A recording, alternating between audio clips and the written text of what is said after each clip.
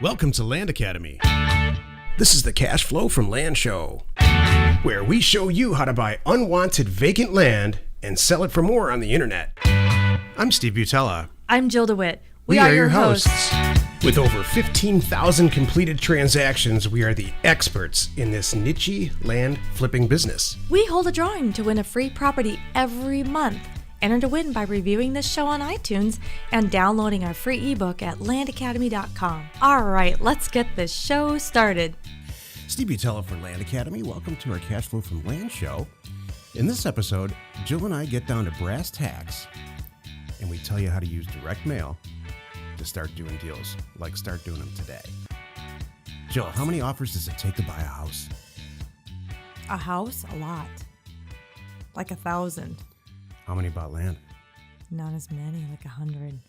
Good answers. That's actually the title. I know I cheated.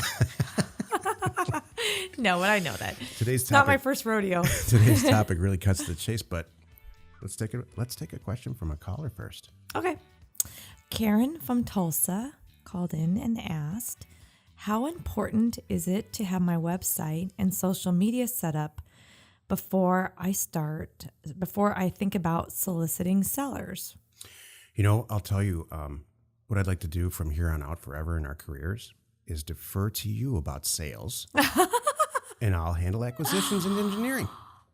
Thank you, Stephen. Wouldn't that be great? We are shaking hands across the desk right now. That's great. So this is kind of a sales question, I think. It helps acquisitions, but it really is a sales piece. And I know you handle our social media here. Thank you, by the way. Mm-hmm.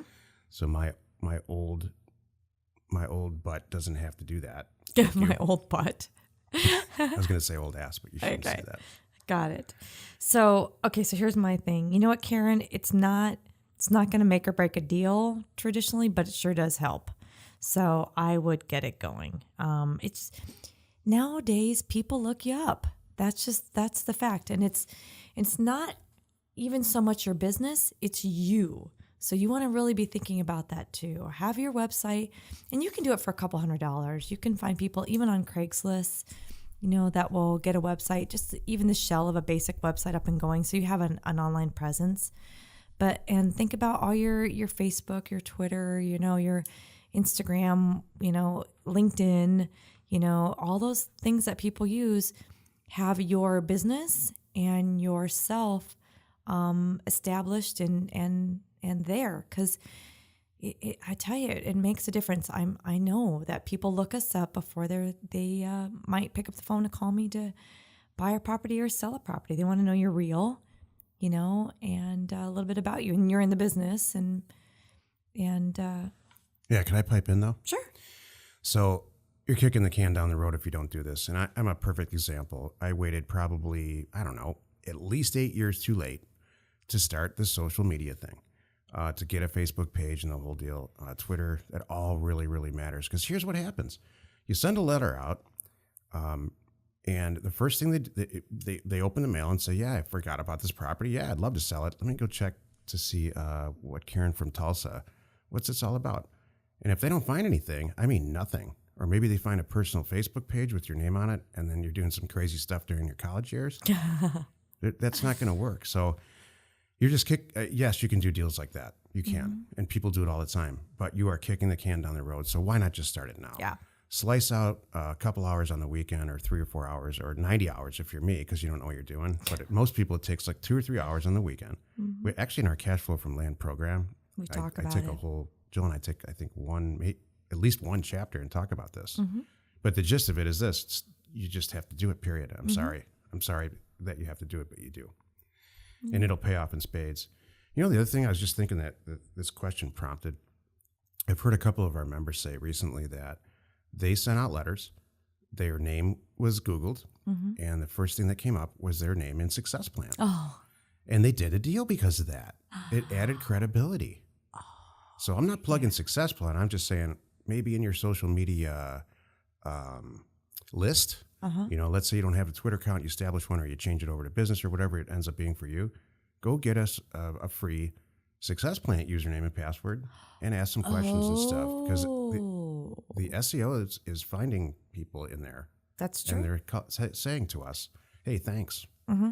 It's helping their It businesses. doesn't cost anything. I agree. Good point. Yeah. Okay, so our topic today is... I wrote this topic title and it really describes what this show's about. Mm-hmm. If you send 1,000 letters out, you're probably going to buy a house, maybe 2. Mm-hmm. If you send 100 letters out, and you do it properly, you're going to buy some land. Mm-hmm. So, does that describe our program any more concise? Can we describe it more concisely? No, I think we're done. The show's over. That's it. To have Join us in shows. another episode. Just so kidding. The rest of the whole show is going to be Jill and I talking about our kids and stupid stuff that we do. No, I have some things to say. Tune in tomorrow. Gosh. Tune in. How old am I? Tune in tomorrow. Oh my goodness. 95. By the way, I'll get to it in a minute. I wrote down, what the heck is brass tacks? What is brass tacks? No, and Stephen, who uses that? I gotta say, old people. Uh-huh. Wonder what that means. That's what I was wondering. I'm gonna actually have to brass tacks Google mean? it. I don't know. I'm like, brass. Is it like a military thing? Like Yeah, way I bet back it in the Civil War? I'm guessing it's a Civil War military thing. And how that is still in your vocabulary, I have no idea. Oh my gosh. Oh my Cracking goodness. me up, man. Oh, that's what it sounds like to me. Okay. So I had some things to share about this topic. So first, Go ahead. First, Stephen, please explain where you get 1,000, 100 and how you figure the numbers work, please. It's experience, baby. Well, I know that. Oh my gosh. You know what we should do? Oh my gosh. We should, What is that? we should have a whole show Experience, baby. Listen, so our youngest kid is he's asking a lot of questions about girls. Uh-oh. So every day I drive him to school and I say, you have to be super respectful and this is, but this is how, if you want to pick up a girl, this is how you do it. Yeah. And I said the same thing. It's just, he's like, how the hell do you know all this? And I said, because I have a little bit of experience to it. Anyway, we should do a whole show on like funny stuff like that, like how to fail at dating. Oh my goodness. Funny. That would be good. You wouldn't learn anything. You wouldn't learn anything. Oh, somebody We're might. gonna have to do this forever. What? Somebody asked me recently, like they said, there's actually one of your friends. Aren't you guys running out of stuff to talk about? Isn't that about hilarious? land? I said, oh my gosh, we ran out of that like 48 episodes ago. We just talk Who about talks about that? funny stuff, I know. The good news is, Stephen, we never have a loss for material. I think because we're just out there doing stuff all the time. When I struggle to like write the title of a show, you know what I do? I ask myself 2 questions. What happened yesterday that was awesome? Like, what did we succeed at? Yep. And what did I screw up really bad? Because they're both really entertaining. There you go. And there's always material there. Oh, yeah. And it's not like, I don't really screw too much up at work because I don't really do anything here anymore. But in my personal life, oh my gosh, there's no shortage of information. Oh my goodness. Of material. Why is that? We should do What that. do you think? Let's a segment of our show should, as we're looking at maybe revamping as we go forward here, we can make a segment of our show like what we screwed up yesterday. Okay. I think that would be so funny. Yeah, like Car Talk they did trivia, they did different things like this. One of ours could be what we screwed up yesterday because I think that's entertaining. You know what else we should have a segment? It kind of ties into this. I think we should have an if-then segment. So when you write computer programs, there's an if-then statement. If this happens, then this should happen. Mm-hmm. So if you send 1,000 letters out and you do it properly, then you will buy a house. Perfect. If you properly send 100 letters out, you will buy a piece of land. Right. And I'm not plugging either one. Yeah, it costs a little more to buy a house, but sometimes you make a little more. Mm-hmm. But that's just the numbers, and that's just statistics. The way it is. Based on our stuff since '99 and 16,000 deals. Now that's really what it works out to be. So if you and I want to add to this, this is doing it relatively correctly. It's not going to be perfect. It's never going to be perfect. Yeah, if you buy a list from a guy in a dark alley of property owners and you send 1,000, that's 14 years old. Right. And you send out 1,000 letters on that list, you're going to waste $500. Right. That's true. So you got to get the right data, be right data. doing the right mailer. Right. You need to be pricing it in the ballpark. The right piece of mail in the mail. Mm-hmm. And you're really reaching the right people with the right offer, not one like Steven shared with us recently that he accidentally sent like wrong offers. That was a good story. We share that? Sure. Okay. Yeah. So Jill and I, we speak at REI events, real estate investment clubs, locally here sometimes. Along with teaching a class at a local university here, we would co-teach it because we just do. And so it gives me a chance to get a lot of feedback from younger people and from new real estate investors and stuff. And so somebody asked me recently, give us some of the mistakes that you made early in your career. So, in the name of we can avoid making the same mistakes. Mm-hmm. So one time I really just got my wires crossed about a mailer. It's a lot of years ago. And I sent it to, it was land, it wasn't houses. And I sent it to like a pretty densely populated area. All the vacant properties that I could find in this, we do it in rural areas. So I sent it in a pretty densely populated area on accident in the county. But I use the same criteria that we always do and what we teach here. Mm-hmm. Vacant land, whatever acreage, half acre to 5 acres or some number like that, and with the low assessed value. Mm-hmm. And I sent it, and I got, we have this thing called the hate because it happens with every mailer. I don't care what happens. There's some people, you offend some people, and they call you back and tell you about it. Jill has a way of converting them into sales, but that's a topic for a different story, a different episode. So I did this. I sent it out, and you know what happened? I bought some property. Exactly. I love he did it all wrong and it still worked. And we made some dough on that. I mean, we're buying properties for $3,000-$4,000 and selling them for, a lot, mm-hmm. $80,000-$90,000. Mm-hmm. Well, I mentioned that to somebody recently too, that even if they're calling you back for a reason. So, if I got something and you're not interested, usually you just toss it. But if they went through the motions to pick up the phone and dial and call you, there often is a reason. They're not just that bored. So they really want to talk about buying the property. Just your price was wrong, or selling the property, the price was wrong. So, I think you can make a joke out of it, like, oh, oops, I was missing a zero or something.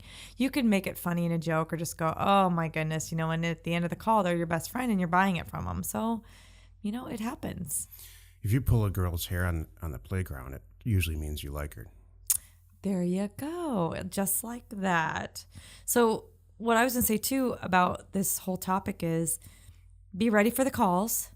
Have a script ready, some advice. You're sending out these mailers. This is a useful show. Thank you. So be ready for the calls. They will come back.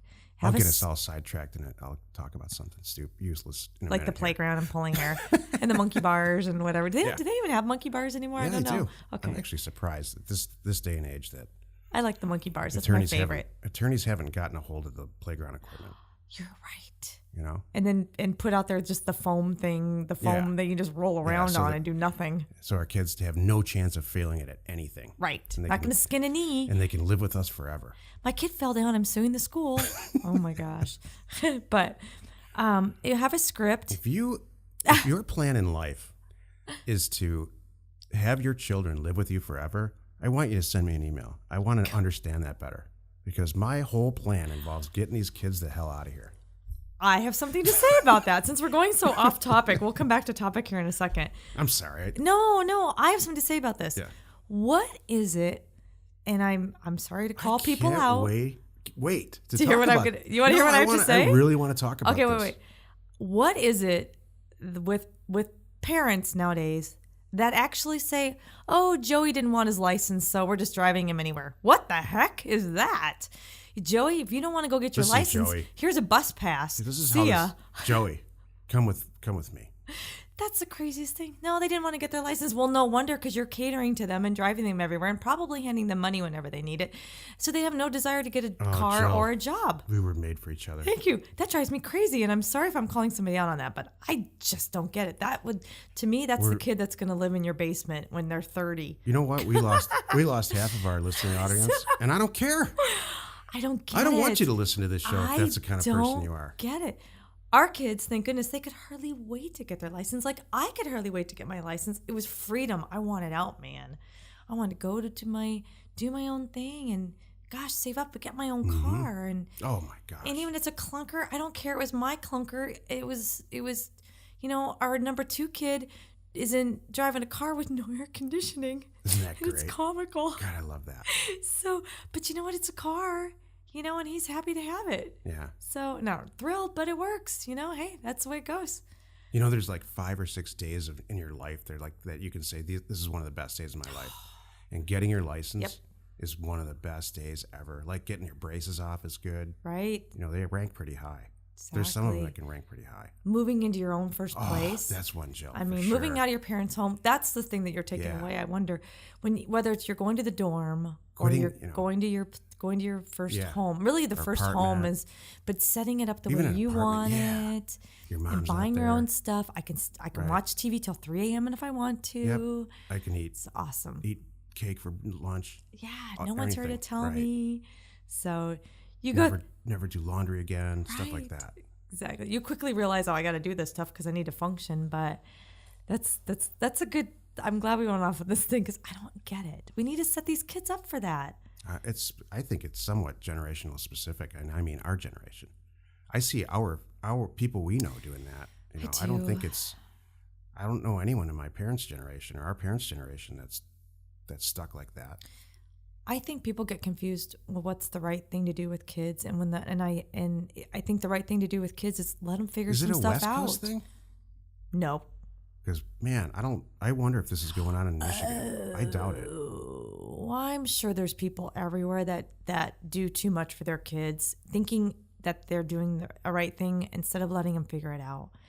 They should fall down and figure out how to pick themselves back up and put their own Band-Aid on now and then. Actually, that's a whole chapter in my book. I'm almost done writing this book called Showing Up. Like showing up for your career and showing up for your marriage. I can't wait. And there's a whole chapter in it. It's called Failing. Mm-hmm. And you need to fail 4 or 5 times at something before you understand how to succeed at it. And then actually when it happens, appreciate it. Here's one of my thoughts is if you don't set your kids up to be independent, what's going to happen when you're not around someday? Because last time I checked, in the way things go, we're not going to all be here. They're going to sponge off of something or someone else. That's what's going to happen. Or they're just going to, and they're not going to be successful. They're not going to all of a sudden learn at 35 that, oh my gosh, my parents aren't here. I'm going to just do this on my own. Now I need to learn how to do laundry. Yeah. Or whatever. Right. Get a job or I don't know. Right. You don't want them floundering. So, all right. That was a good off topic. So back to this. Can I just ask a couple things? Yeah. All right. So let's try to salvage this. All right. Have a script, somewhat of a script, an outline. When the people do call you back, you want to know what to ask them about the properties. Have a phone number. We talked about that before, and keep that phone number. And then one of the things too, have your acquisition funds, by the way, set aside. You don't want to be going, great, now what do I do? If you don't have the money set aside to act on these transactions as you're sending out mailers, at least have a plan. That's what Success Plan's for. Yeah.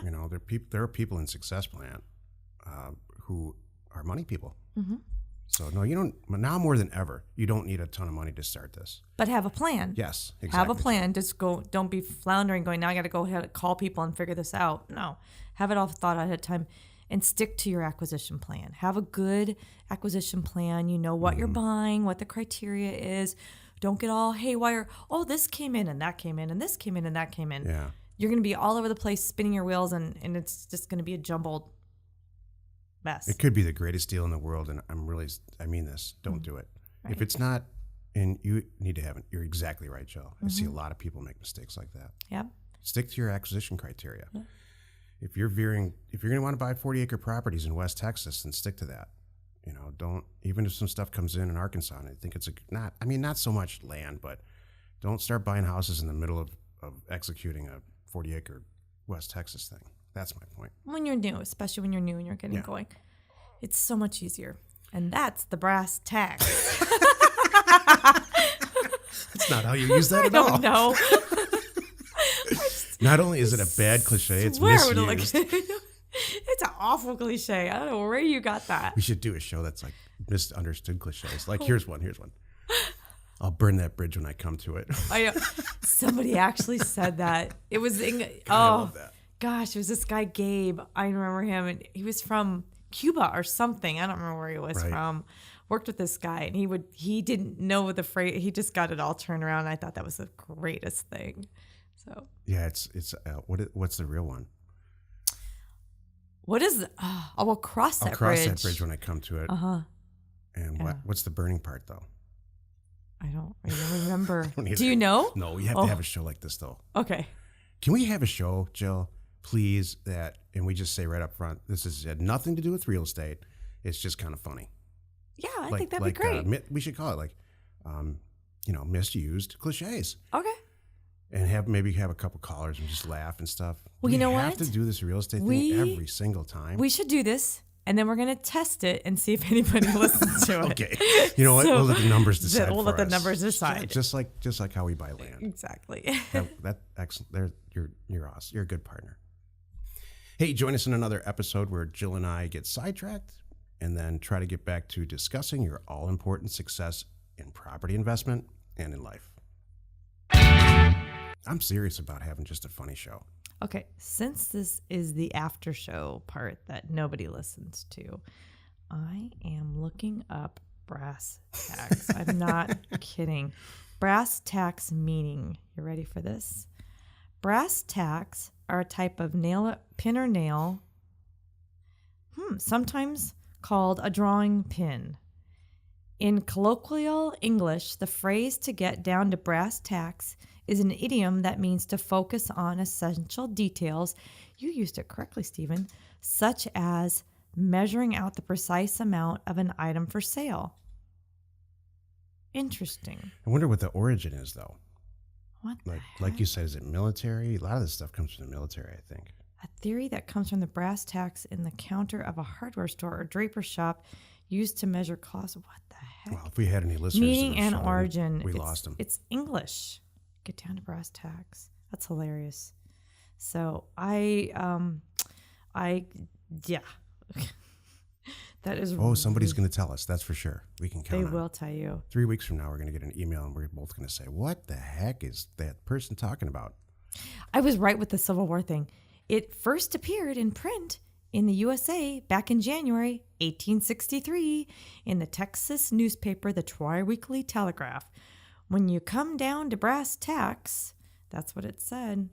Wow, that's really wild. We still don't know what it means, though. Huh? I get it. I get it. It's being precise. Anyway. Wow, we're beating this horse good. We sure are. We're not going to do that. Oh, here's another cliche. Uh-oh. Don't beat a dead horse. We can't stop ourselves. Oh my gosh. We can't stop ourselves.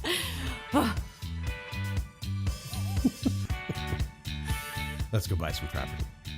We hold a drawing to win a free property every month. Enter to win by reviewing this show on iTunes and downloading our free ebook at landacademy.com. If you want to get involved or you need more information about our profitable, niche real estate operation, call 480-467-0359. You just might get Jill at the other end of the line. landacademy.com.